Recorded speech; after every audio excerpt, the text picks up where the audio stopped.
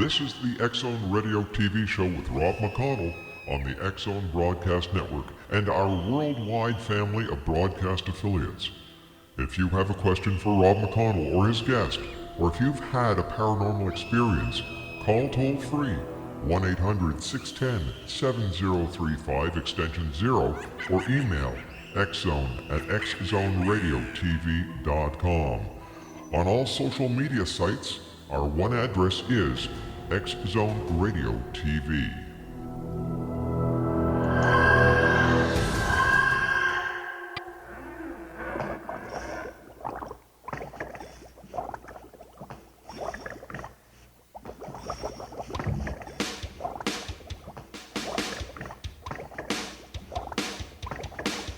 I was working in the lab late one night when my eyes beheld an eerie sight. For my monster from his slab began to rise, and suddenly, to my surprise, He did the mash, he did the monster mash. the monster mash. It was a graveyard smash. He did the mash, It caught on in a flash. he did the mash. He did the monster mash. From my love Natari in the castle east to the master bedroom where the And welcome everyone to this edition of the X-Zone. It is Halloween month here, and we're talking about everything that is weird, strange, bizarre, spooky, things that go bump in the night. And I'm just not talking about the guys who come home from the bars after a little bit more of indulgence than they should have. I'm talking about the spooky stuff, you know. We all have that in our lives. Well, I know I have spooky stuff happening, and you know, over the past 30 years, we've been talking to people from around the world, trying to understand what is going on. And you know what? We still do not know for sure. So what I decided to do this month was to invite people who deal with this paranormal phenomenon on a full-time basis. And my guest this hour is Joanne Emmons, and she is a network performance engineer for a Fortune 100 company by day, and spends her night and weekends helping people with their paranormal issues. Having grown up in an activity-haunted house, Joanne has had a long life fascination with the paranormal, but only started investigating after her son began having his experience of his own. Now, in 2011, Joanne founded Paranormal Consulting and Investigations of New Jersey to help people with paranormal issues like the ones she grew up with. Joining me now is Joanne Emmons. And Joanne, happy Halloween. Hey, happy Halloween. So tell me, how did you get started in the world of the strange, the weird, the bizarre? And that's always one of my favorite questions, talking to people in the paranormal, because every story just leads to a whole lifetime of pursuit of what you were just talking about, trying to understand what's going on. For me, it was when I was 10, my parents divorced, and my mom moved my brother and I into a house built in the mid-1800s in a very artsy little town called New Hope, Pennsylvania, that's well known for being haunted, even to this day. And things started going bump in the night from day one. It was what you'd call a poltergeist today. And I was just hitting those puberty years, and everything just was going bump in the night. And it was just a curiosity that's driven me to this day. Do you find that more and more people are coming out of the closet, so to speak, with their paranormal experiences thanks to television shows and the radio shows that are, you know, now abundant everywhere you go? Right. Yeah, definitely. And definitely starting with the ghost hunters, and from then on with the TV and stuff like that. It's not, I still don't come out much at work, so to speak. But it's not quite as taboo as it used to be. And you start the subject and you're not going to end for an hour. We just go on. Anybody you talk to, it's great. So, Joanne, why do you think that the subject, after all these years, is still taboo? Oh, a lot of people just don't believe. And even a lot of our own clients write to me, talk to me, and say, I didn't believe in this stuff at all, and then it happened to me. So I think when you don't believe and you're a doubter, and it's just you grew up with your parents telling you it was all a bunch of bunk and poppycock, and now we're here. Now I think we talk about it more, and I actually think things are picking up in the world too a little bit, and maybe it is because we're talking about it. So tell me about the experiences that you have had personally that drove you to the investigations that you do with your group. So let's see. So my son was probably about the same age I was, 10 or 11, when I first started having experiences. He and I went to a famous haunted place in New Jersey called the Spy House, very historic. And I was definitely into the paranormal, but I was focused on raising my kid at that time. We were out doing a seashell hunt or something like that. And as we were heading out of the door just around sunset, he looked up at the window and we're walking to the car and he started singing that song where the chorus is "Somebody's Watching Me." And my son does not sing ever in his life, never. So I asked him what was happening and he said he had felt like somebody was in that upper window watching him. So when we left there, I happened to go to a bookstore, dropped him off at home, ran to the bookstore to try to catch the end of a paranormal book author that was there about New Jersey and hauntings. And I missed him, but I grabbed the book. And of course, I opened it right up to the part of the Spy House. And right at the end, he says, and people walking down the beach right at sunset feel like someone's watching him out of that top upper window. Wow. And it just, yeah. And it just, in a way, it gave me permission. Like if my son's experiencing things, and I know I did, maybe I can get back into this because it's not going to hurt him. He's already doing things. I'm not going to push things on him. But he kind of opened the door for me to say it was okay. And after that, he actually had a couple years of seeing probably more spirits than I've ever seen in my life during his early puberty years. Then he shut down, and he's kind of still shut. He's trying to open up again now at 22, but that was kind of my nod from the universe that this is going to be with you no matter what you do, so go for it. So what were your experiences? You know, I understand that your son had the experience, and is it passed from one generation to the next? Yeah, I think my family definitely has something about being open with them, especially because the poltergeist stuff I grew up with, a lot of that is psychokinetic energy and issues, although even after I moved out, there was still some haunting going on for years, even to this day. So I think what drove me, other than the experiences in that house, which were objects moving and things, just like walking into the kitchen when everybody was in the family room and you'd go in to get something and every drawer and every cabinet door was open, typical poltergeist. Or we'd all be in the family room and you'd hear this clink, clink, clink, clink, clink down the wooden hallway out the door. And you'd go out and there would be an old wheat penny from the 1940s or 50s sitting in the hall. And everyone in the house was in that room with us. There was just no way. That happened 6, 7, 8 times to the point where my mom wouldn't let me go out and look anymore after the sound started coming. She's like, no, we know it's out there. Just don't go. So, just things like that made me curious as to what was going on. Then experiences after that really were just mostly in my own house. I tend to be attracted to houses that are haunted, I think. They make me feel at home. So when I met my husband and came to his house, he started telling me about the little shadow figure that would go down the hall, and I eventually saw it myself. That was so cool. Down the same orb that the little boy shadow figure would come, I saw an orb with my own eyes, size of a softball, just floating down the hall in the middle of the night. And lots of stuff has happened in this weird house. The one, I think I bring stuff home. So one of the weirdest was right after I'd been to an investigation at the Burlington County Prison, which is now a museum in Mount Holly. And I had the little boy I was just talking about, I seen a shadow, and I think I had actually crossed him over, so I had stopped talking to him for a while. So one night I said out loud, I said, hey, I think you're gone, but if there's anyone here that wants to talk to me, just give me a shout. Just shout in my ear, and I'll know you're here. And from that day, for the next 4 or 5 days, we had a series of really weird events. My husband saw a man-sized shadow figure walking down the hall. I was at the top of the stairs with my son, and all 3 doors started rattling around us. We went downstairs, and he went first, and he said, hey, Mom, there's a big black shadow in the top of our 2-level foyer. So just lots of weird stuff. But the culmination was I was in my bathroom just looking in the mirror and not thinking about anything paranormal. And I literally watched my head swamp to the right-hand side as something punched me in the ear. And I could feel it not only hit me, but go through me into my eardrum.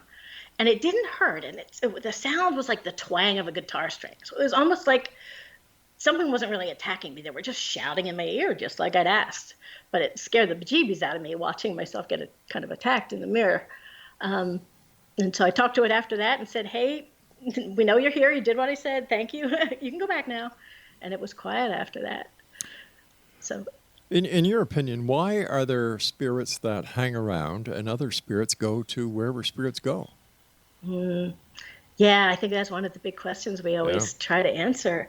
And assuming much of what we talk to are spirits, I definitely believe in the unfinished business. I'm lucky enough to work with an amazing medium in our team, Christy Talone.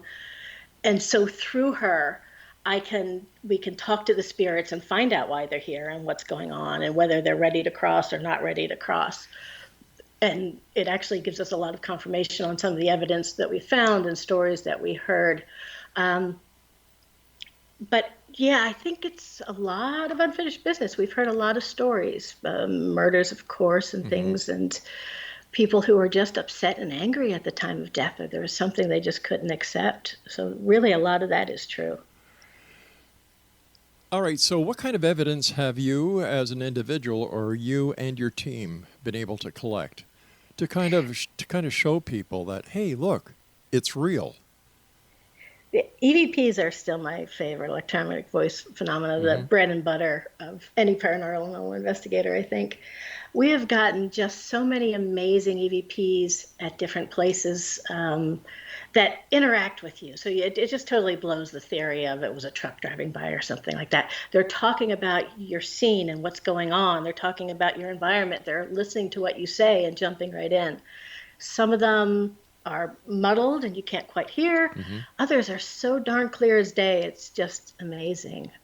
One good one, we were at a fire department north of Philadelphia where in the 40s and 50s there'd been a boiler explosion, and unfortunately several of the firefighters had passed on. Oh, gosh. So we were up in the upper level that used to be, the hangout area, and the chief's office was up there, and we were setting up our equipment and talking about things. Kim, my director of public relations, is just a really wonderful girl, and she has this great way of setting up timing on recorders, so we have timestamps that are the same on all of them. So anyway, we're setting up, and I'm talking about that, and I mentioned it 2 or 3 times to all the investigators there. We're doing it Kim's way. And we got an EVP, a voice that was none of ours, 100%. No one else was there at the time, and the voice said, "Who is Kim?" So just really cool when they iterate that they're listening to you. Another really cool one I got, they have different frequencies and fluctuations, but some of them that you get are these, I call them little tiny voices. They're clear as day, but they're not loud at all. You almost have to amplify them to hear them, but when you do, it's still clear as day. And in Woodbury, New Jersey, there's a wonderful house that we've been to a couple times. And one of my investigators was in the basement, and he, very no couth, just said straight out, "How do you know you're dead?" Or "Do you know you're dead?" I think it was the question. And the EVP that came back was a woman's voice. "You're a con. I'm not dead."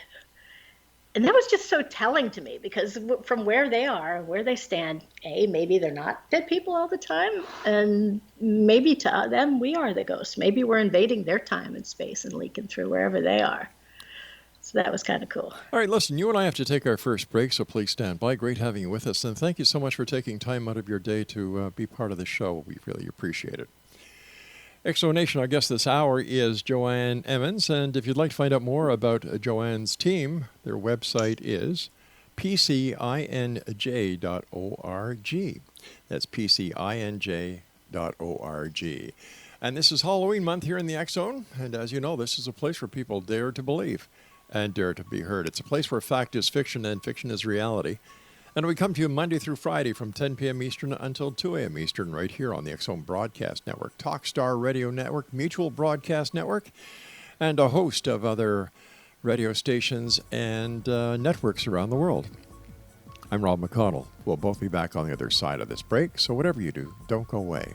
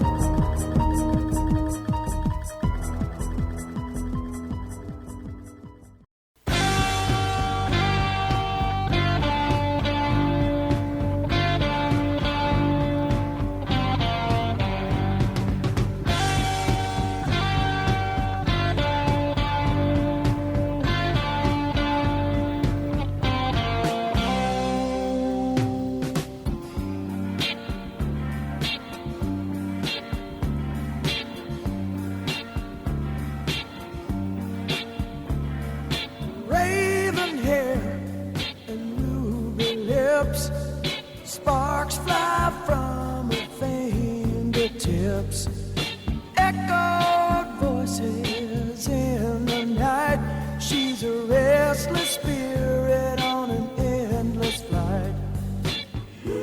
And welcome back to this Halloween special month here in the X Zone. I'm Rob McConnell. We're coming to you from our broadcast center and studios in Niagara, Ontario, Canada.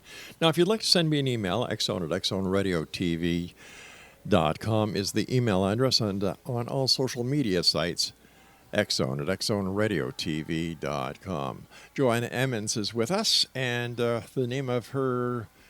what is the name of your research group? Paranormal Consulting and Investigations of New Jersey. Now, consulting, how does that fit into what you do? Yeah, good one. So I worked on another team before I started this team, and I was a case manager and an investigator and such like that. And a lot of the clients I worked with would call and say, okay, things just got really bad here, and usually they had. And I didn't want to call sooner because I didn't want to bother anybody. I know an investigation's a lot of work. It involves a lot of people. I just didn't think it was worth it. And I wanted customers and clients to be able to call us with any kind of question anytime, whether they thought they needed an investigation or not. So things didn't get quite so out of hand before we got invited in to help deal with things. So what is the most common problem that you and your team go out to investigate? It actually cycles over time and through the seasons, different things in different times. And like right now, post-COVID, there's a lot of people stuck at home. So there's a lot of energy buildup, psychokinetic activity going on, thought forms and things that are spinning up and kind of out of control, different than usual. But we do get a lot of the usual, I call them Casper cases. Things are just going bump in the night, and they've been going bump for a while, and suddenly something happens in the home that escalates the activity. A new person moves in. There's additional stress caused from something the family's going through. And the activity just kind of amplifies, and then they just need to know what's going on. A lot of times they'll see a black shadow and assume it's demonic or something negative there, and they're just kind of want to know a little bit more because, I would too. If I had something living in my home, if I had a spirit, I wouldn't mind so much, but I want to know who it is and what they want there and, where they're from and all that kind of stuff. So a lot of people are just seeking confirmation and a lot want a little bit more information about who's there and why. Of course, some of them just want things gone. Just, I don't care who it is, just get rid of it. That's always fun. You mentioned the demonic aspect, and are you finding more and more people are breaking away from ghosts and going towards demons in this day? Possibly. There's definitely more of an interest of it. Anybody in this field needs to be not necessarily a demonologist, but needs to know enough to differentiate some of the negative hauntings, what's demonic, what's not, how not to make things worse when you go into somebody's home and they have something that's potentially negative. Our team doesn't deal with demonic per se. We have partner teams and consultants and things that are demonologists that can work that kind of thing. So typically I vet that out before we have a case if there's something negative. But that said, very little of what we encounter is what I would consider even potentially demonic. There's scratching and pushing down stairs and lots of negative stuff that's going on. That's just a nasty old human spirit doing it all. So, we've got 2 cases right now that are, I would call on the negative side, some extremely negative, even resulting in attacks on some of our team members that are trying to work the case, psychic attacks. But I don't think they're demonic. I think it's just we've irritated a spirit who knows that he had a grip on somebody and we don't want him to have that grip anymore, so we're working it. How does a spirit acquire a grip on someone? A lot of it, unfortunately, is past drug use, past alcoholism, things that make you vulnerable to something that's around that just gets a hold of you. There's always, a lot of people think Ouija boards and such like that. I actually use Ouija boards, spirit boards and such, but there's a way. It's like, if you're going to handle a weapon or drive a truck, you need to know what you're doing and do it safely. It helps. And there's definitely people who use Ouija boards and things and have fun and invite stuff in that shouldn't be invited in. Not as frequent as people might think, but it definitely happens. And we're finding a lot more of, there's a lot of people who are what I call sensitive, empathic, very, very open, more than I think there used to be 20, 30 years ago. And these people, if a lot of them know they're open and just kind of ignore it, and they leave themselves wide open doing that to just bring home things that wherever they work. A lot of this type of people will work at a hospital or a place where there is a lot of pain and death, and sooner or later somebody starts coming home with them. So we get a lot of that as well. So does that mean if somebody goes to, let's say, a yard sale or an auction, or they buy something in an antique shop, they could actually be bringing something negative into their home? Yeah, definitely. And most people, and mostly not, it doesn't always happen that way. But that's one of the things we definitely look at is what did you, if you look at and try to diagnose a haunting when somebody calls you, you always look for where did it start? Was it there the day you moved in? Did it start, 5 weeks ago when you bought a little antique home? And that tells us a lot, but objects definitely hold energy. And I wouldn't say they're always haunted, but sometimes they are, and sometimes they just have energy that you don't want in the house, and that can stir things up a little bit. So objects are definitely something to be wary of. I personally don't do antiques just because I'm not sensitive enough to know if one's good or not. If I bring something home, I'll cleanse it, sage it, smudge it, get the energy off it a little bit. But people like our medium, Christy, she loves antiques, but she's really good. So she could go up to an antique and know if it's safe to bring home or not. So that's pretty cool. How long does it take you and your team to do an investigation? Let's say I called you up and I was in your area and I said, hey, I just bought a house here, Joanne, and I think there's something strange going on here. Can you and your team come over and check things out? How would you proceed with that phone call? Ooh, so good one. So we most of our inquiries come to us through either the internet or our Facebook page, but it's mostly via email. Sometimes from old clients and friends and such like that. Sure. But we always start with a questionnaire just to get some basic information so I can make sure I get the right case manager on the case and know ahead of time what kind of questions we want.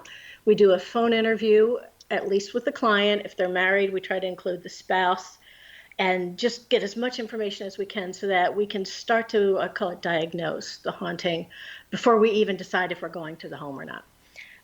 Sometimes you don't want an investigation. They might call up and say, I need an investigation. But given the situation, you're not wanting to go in there and stir things up if it's negative activity. Sometimes you just need to go take care of the situation and tell them, don't even worry about who it was. Let's just get rid of it because it's not a good thing. But assuming we're moving forward with an investigation, our second step is to send a couple people out to the home to do what we call a prelim or preliminary. A lot of the TV ghost hunters follow the same sort of a process. And you get a feel for the house. You do a little recording. You want to not only see if you catch EVPs, but you want to see how sound travels so that when you're going back for the investigation, you know how to set your equipment up and what's there. And you get them to place the stories that they told you over the phone so that you know what locations are really the hot spots and where to focus. But you also get a better feel for the client in person. And to me, a haunting is a combination of a location, a person or a group of people, family of people, and spirits who are there. So you really need to look at the energy of the people and how they're perceiving the haunting. And sometimes you need to be in person with them to get that. And it's also good if you have a couple, if you can separate them a little bit so that you get the story from one and the story from the other, a little bit like the police do, and just different rooms, different stories, different information, and make sure you're getting the big picture because you usually wind up pulling out a little more information that way. So we call that preliminary. And that gives us a feel for if we're ready to move forward with an investigation, if we think we'll get anything out of it. Usually we do. And night of the investigation, we usually do like 7 p.m. till midnight, 1 a.m. Doesn't take all that long. We take a team. It depends how big the location is because we need, if we have more than 3 people, we need at least 3 floors in the location so that we can have an empty floor in between them. So, like we'll have a team in the basement and a team on the second floor, but we have to have an empty floor in between or we're just going to contaminate our own evidence. What happens so if it's a... send a team out there. What happens if it's a one-floor house? Oh, then we just send a smaller team. Sometimes it'll take a little longer, but usually it's, small house, small location. So usually 3 people max for something like that, just so we're not walking all over each other. Now, how many people do you have in your consulting firm? 12 now, 12 direct members and a couple consultants. we cover the whole state of New Jersey, which is pretty big. And thank God for the internet, because we meet in person as often as we can, but we really can't do that very often. It's just, from my house to somebody else's house, it's a good 2-hour ride. So we cover the whole state by having what we call a northern team and a central and southern team for the different parts of the state. And we overlap, and we do a lot of driving. But between the 12 of us, we have one prime medium and then second medium that's also an investigator as well. And then a couple of people just dedicated to investigating. A couple of them are team leads. One's a photography expert. So that just gives us the bandwidth by having 12 of us that we can cover all different aspects of hauntings and get the right case manager on the right job, depending on what the client needs. Now tell me, how long does it take for you, having been doing this all these years, to kind of, size up the situation and determine whether there's nothing there, the client is making it up, or we just don't know what's going on? You actually have to be careful at my level of age and experience not to do that too quickly. It's really easy when I see a customer's email come through saying, I've got this, that, and the other thing going on, and I'm right away, it's PK, psychokinetic, you don't have a spirit. And I got to back out of that and really listen to it and make sure I'm not putting my own assumptions on the case, because every case is so different. You really never get the same thing twice. But you can get a pretty good feel. If you talk to a client for an hour, you've got a pretty good idea of what's going on usually. Now, when you're doing your investigation, do you have the client leave the premise, or do you want them there for some reason? Yeah, a little of both. Part of it's what they're comfortable with, because we're going into people's homes and just, running around every room. If they're more comfortable staying there, they just need to be in one room, quiet. We'll put a recorder in there with them so that I don't listen to their conversations, but we want to be able to cross-reference anything we think might be an EVP with what they're doing and saying. If they are willing to leave, that's awesome. That gives us the house and some quiet to ourselves. But if we think there might be some interaction of the spirit to the client, a lot of times spirits will be very attached to one particular client in the home, or the client is sensitive, so there's some amplification that's going on where the spirit can interact much better when the client's around. So a lot of times we'll send them away for most of the night and then have them come back and do one session where we'll have the whole team just sit around the living room with the clients and see what we can pull together with their energy there. It does help. Fascinating. How many years have you been doing this? 11, I think, 12 or something like that. All right. It was when I first I started when I was my son got me interested in all this. Right. So I went online looking for one of these public hunts where I could just go and be with a group and investigate. I think Eastern State Penitentiary I was looking for near here, which is always awesome. And I wandered onto a group that had a place where you could apply for membership, and I'm like, people do this? You could do this? And I literally spent an hour and a half putting together this wildly overrun application for the group. And of course, was the minute they called and asked if I would join, I was in it from there. I was doing everything I could do. And the rest is history. You and I have to take our news break at the bottom of the hour. Please stand by. Exonation, Joanne Emmons is our special guest. The website is pcinj.org. And we'll both be back on the other side of this break as we continue here in the X Zone from our broadcast center and studios in Niagara, Ontario, Canada.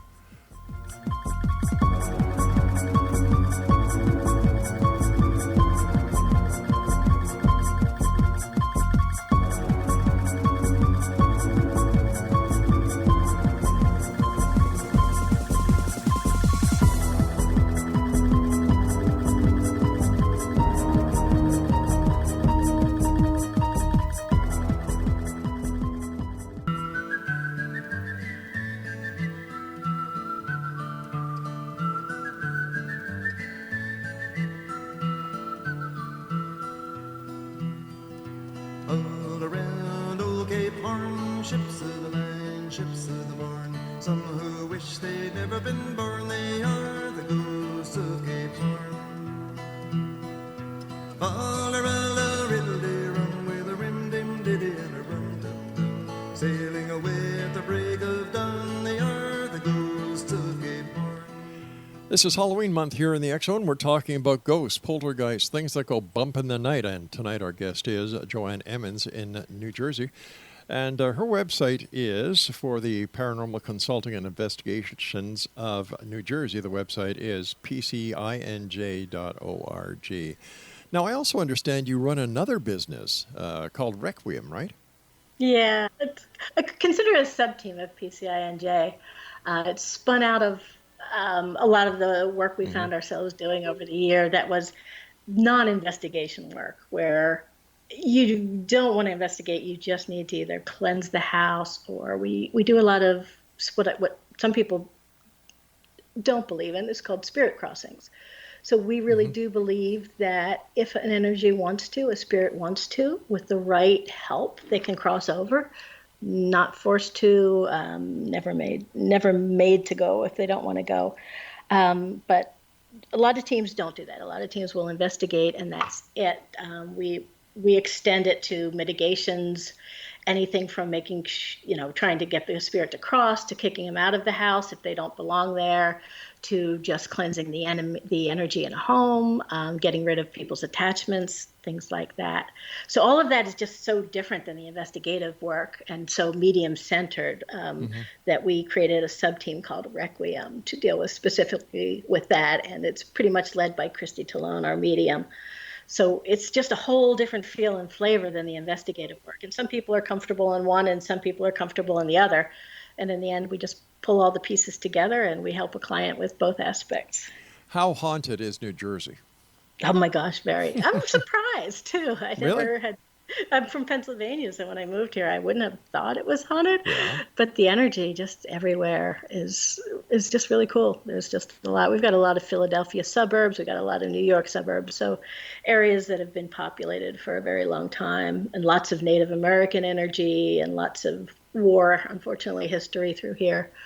So there is just never a shortage of cases, unfortunately, or fortunately. Where is the most haunted location that you and your team have done an investigation? Ooh, so many. All right, give me your top three. How's Okay. Well, Eastern State Penitentiary is always at the top. It's just a fun place to go whenever you do an investigation. We do mostly clients, and so we have client confidentiality, and I'm not going to mention money of those. I can respect that. Cool. And Gladstone Tavern in northern New Jersey, one of my favorite investigations. If I can go, it was one of the investigations where you pull together the history, because I do a lot of historical research for an old place, and then you interview people and get their experiences, and then you go in and you take the medium who walks through and participates in the investigation and picks up a lot of information and talks to the spirits that are there, and then you get the evidence. And you pull them all together in the end, and sometimes it just comes together just beautifully. In that case, the house, what is now the tavern, was built as a home in 1847, and by Andrew and Sarah Rarick. And you can actually see their name carved into the beams in the attic. And they had adopted, Sarah's sister had died in childbirth, so they had adopted a little boy as their own. And when he was 2, he had gone to visit relatives and went into a river and drowned, and it just devastated them. So they had wound up moving out of the house 10 years later and had their life. But what we found during the investigation that fit with sightings of a man, a woman, a child, and with our medium's impressions was that the father and mother, even though they didn't die there, even though they didn't end their life there, they had come back. And the reason they had come back was because Edwin, who had, again, passed away somewhere else, had come home. Spirit was still there, but his spirit didn't show as 2 when he died. His spirit showed more like a 10 or 11-year-old. And my theory is that, he passed away at 2, but his parents lived in that house and thought of him for the next 8 years. So maybe he grew. Maybe they celebrated his birthday, and maybe his little spirit energy grew with that. But all these years later, he's still there. He's fulfilling his own life. Mom and Dad are both there. They're kind of in their own little worlds, but they're not going anywhere till he's ready to go. And he's not ready to go yet. We got a great little EVP of him. He's a child spirit that's been seen by many people there. And one of the things we had done along through the investigation was said that, if he'd let us know he was there, we'd bring him candy or get the owners to bring him candy. So we have an EVP from one of the bottom floor where he usually plays when none of us were down there, and it's a little boy's voice saying, "I want candy," and it's just so cute.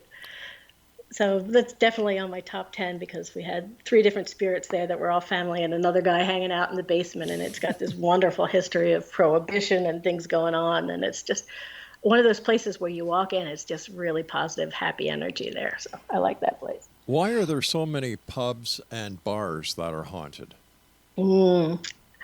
Yeah, well, first of all, lots of energy to draw from if you're going there, if you're a spirit and you want to be a little more active. I think a lot of people had good times at places like this. And in the Gladstone Tavern, we think the guy in the basement was just a guy who's had some of the best days of his life down there, maybe during Prohibition when most of the activity was down there. But I think people live there, die there, or a lot of innkeepers. If you own a business, anybody who owns a business knows you put your life into it. Sure do. So, if you've run a bar, managed a bar, a saloon, anything like that, and you pass away, this is your baby. It's not going to stop being your baby just because you're gone. So I think that has something to do with it too. Yeah, my staff is convinced that when I pass on, I'm going to haunt the studio and the offices. It's a threat, right? I hope so. Because I'm looking at, spending time on the other side, relaxing. Yeah, some of us aren't ready for that yet. Yeah. My wife says, you don't sleep a lot. I said, well, no, when I'm not here and I'm on the other side, I'll get all the rest I need. So why ruin a good thing? There you go. Exactly. Is there any demographics that or any analytical information that you have been able to amass as to who, what, when, where, why certain people encounter the paranormal and others don't? For example, I've been on many ghost tours, ghost walks, historical walks, brought into haunted theaters, doing TV shows. I don't get anything. The people beside me can, they're right saying, "Rob, how come you can't hear it?" And I don't. And that drives me crazy too. And Yeah. we're somewhere in my medium's like, it's right there. It's right in front of us. Here's what we're talking. I can't see it. I can't hear it. But I'm a little more open than that. So I think some people just have an energy that shuts things down, that keeps things blocked. Maybe it's for a reason. Maybe your spirit doesn't want to.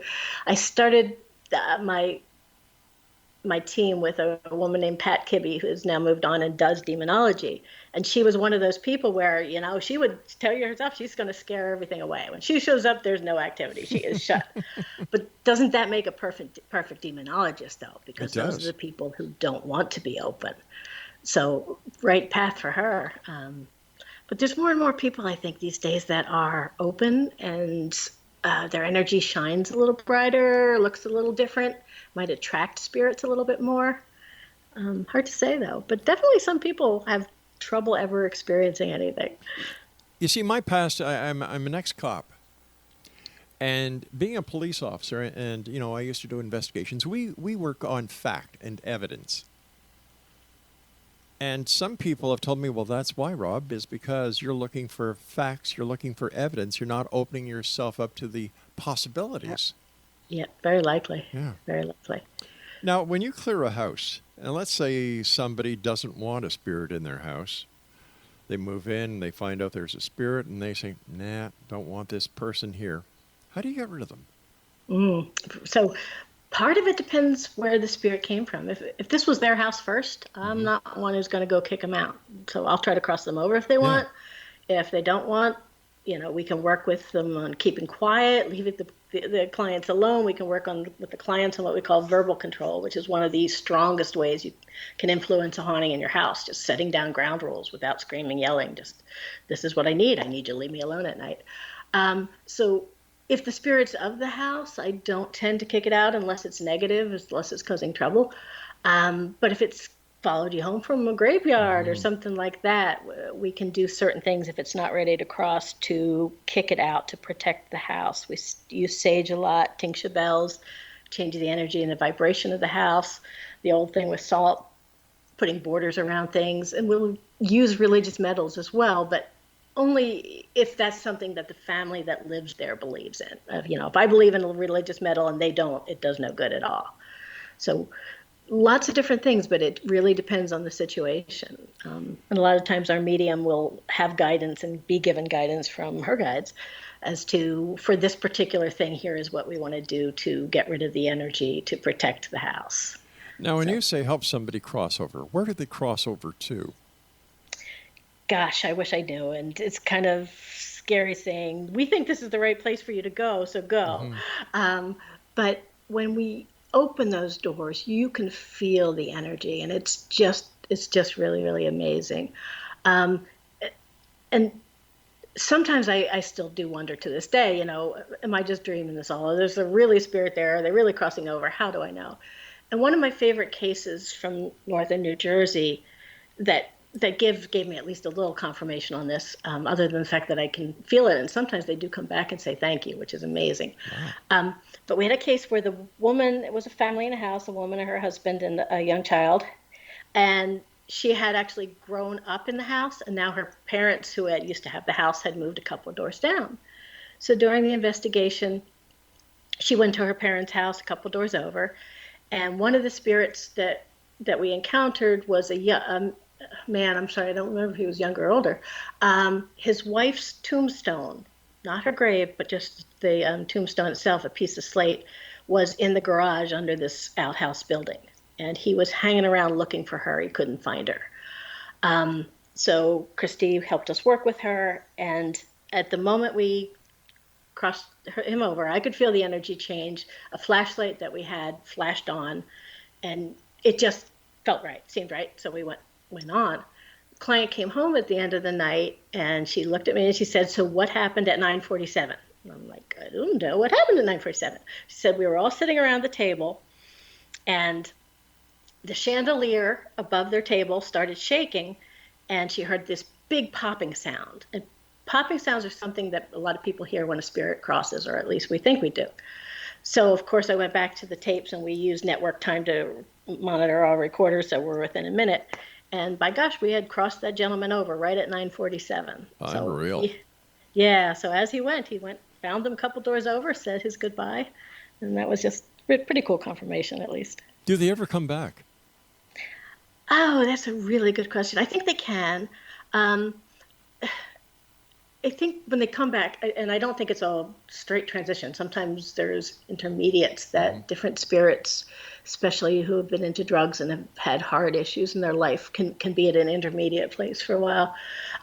When they come back, we believe, it's as a different energy. You're what we call a crossed over spirit. So these are the visitations you get where you're crying on your bed and you feel an arm around you, or you see a flower that is something that your mother used to love all the time, and it just comes out of nowhere.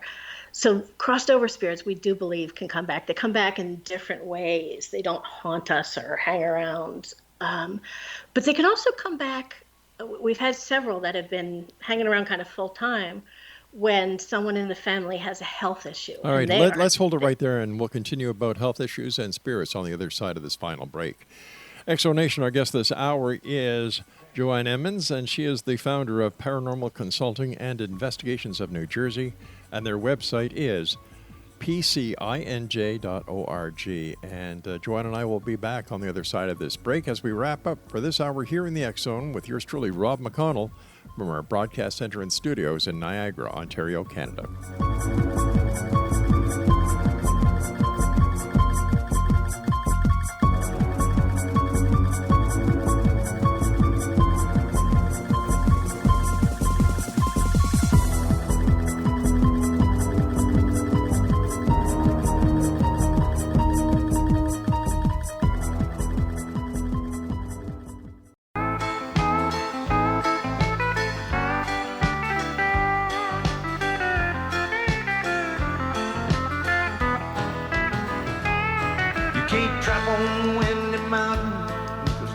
Ghost travels there. Some say that it's a Yeti. Snow White's the color of its hair. Just like the dinosaurs, he should have died off long ago. but the will to survive has kept him alive in Alaska's frozen snows. Tales around the campfire, handed down from father to son. And welcome back, everyone. Happy Halloween. This is Halloween month here in the X Zone. And if you'd like to send us an email, if there's somebody that you'd like us to interview, or if there's some questions that you'd like us to ask any of our guests that we have coming on when it comes to ghosts, poltergeists, things that go bump in the night, send me an email, xzone@xzoneradiotv.com. My guest this hour, all the way from New Jersey, is Joanne Emmons, and she's the founder of Paranormal Consulting and Investigations of New Jersey, and their website is pcinj.org.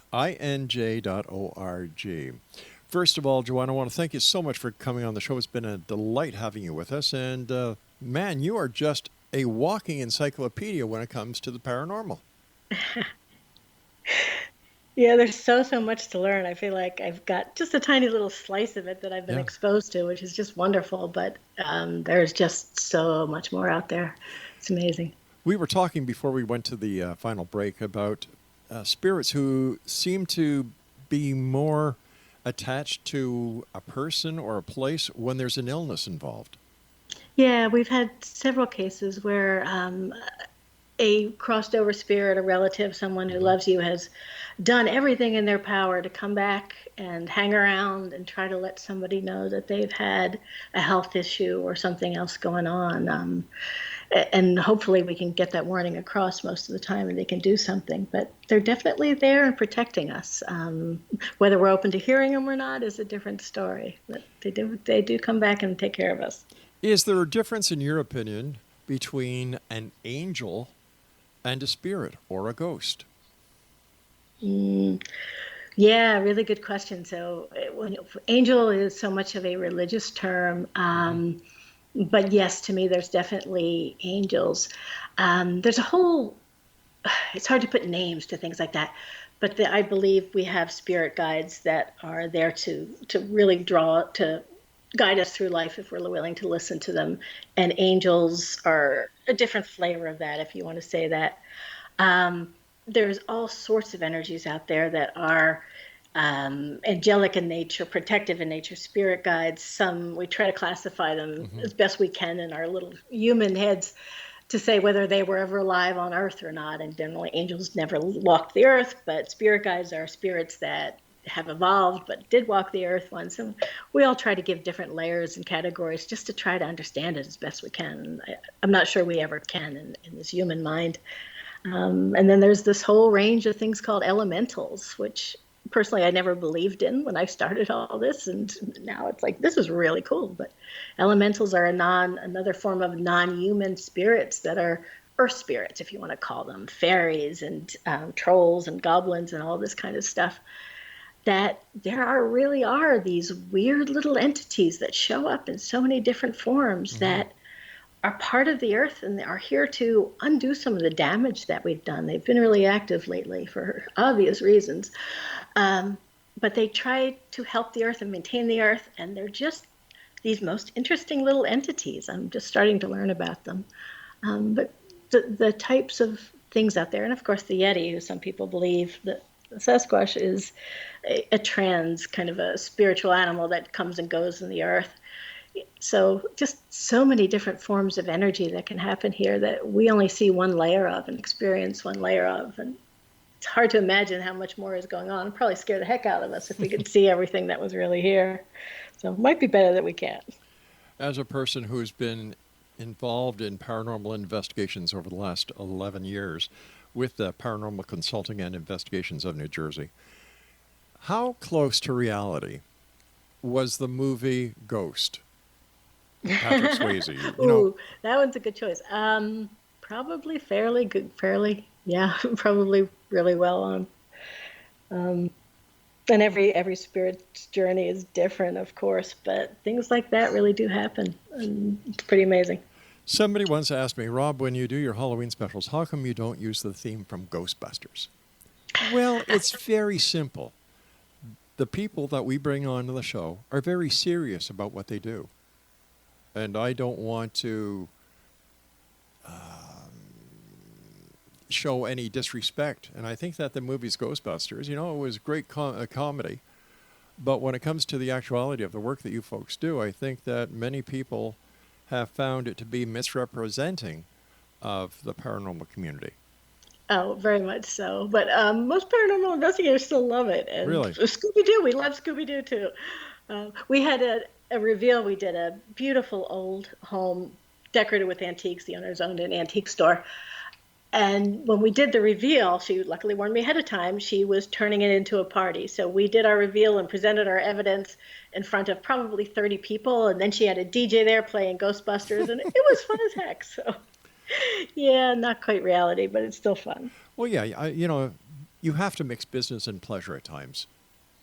Definitely. Yeah. When you do the investigation and you take all the equipment and you take all the data that you've amassed, the video footage, the audio footage, how long does it take you to come up with your conclusions that you present to the people who have acquired your services? Yeah, good question. So there's a lot. After we finish the investigation, we'll usually have, anywhere from 20 to 40, 50 hours worth of just audio evidence to go through, let alone video evidence. And we all have full-time jobs. This is all free. This is all volunteer work. So this is all spare time, nights and weekends.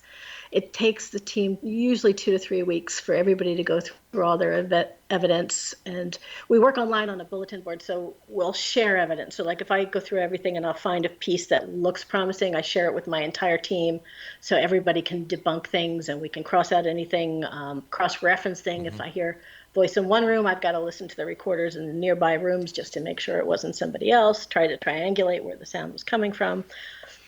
All that stuff takes definitely a good 3, 4, sometimes 5 weeks of our time after the investigation. I was floored to learn last night that because of the success of television shows pertaining to the paranormal, there are locations now that are charging people to go in to do investigations. Oh, definitely. What We a rent them ripoff. out all the time.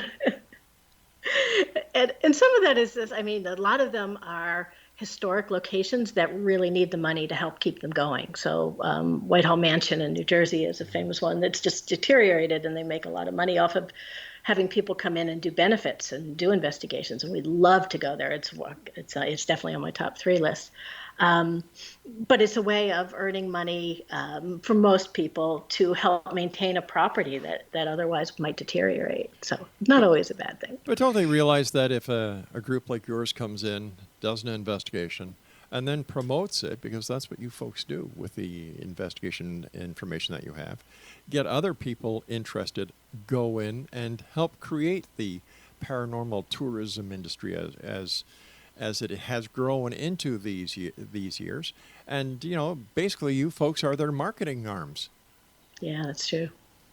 That's true. And you have to be careful in locations like that too.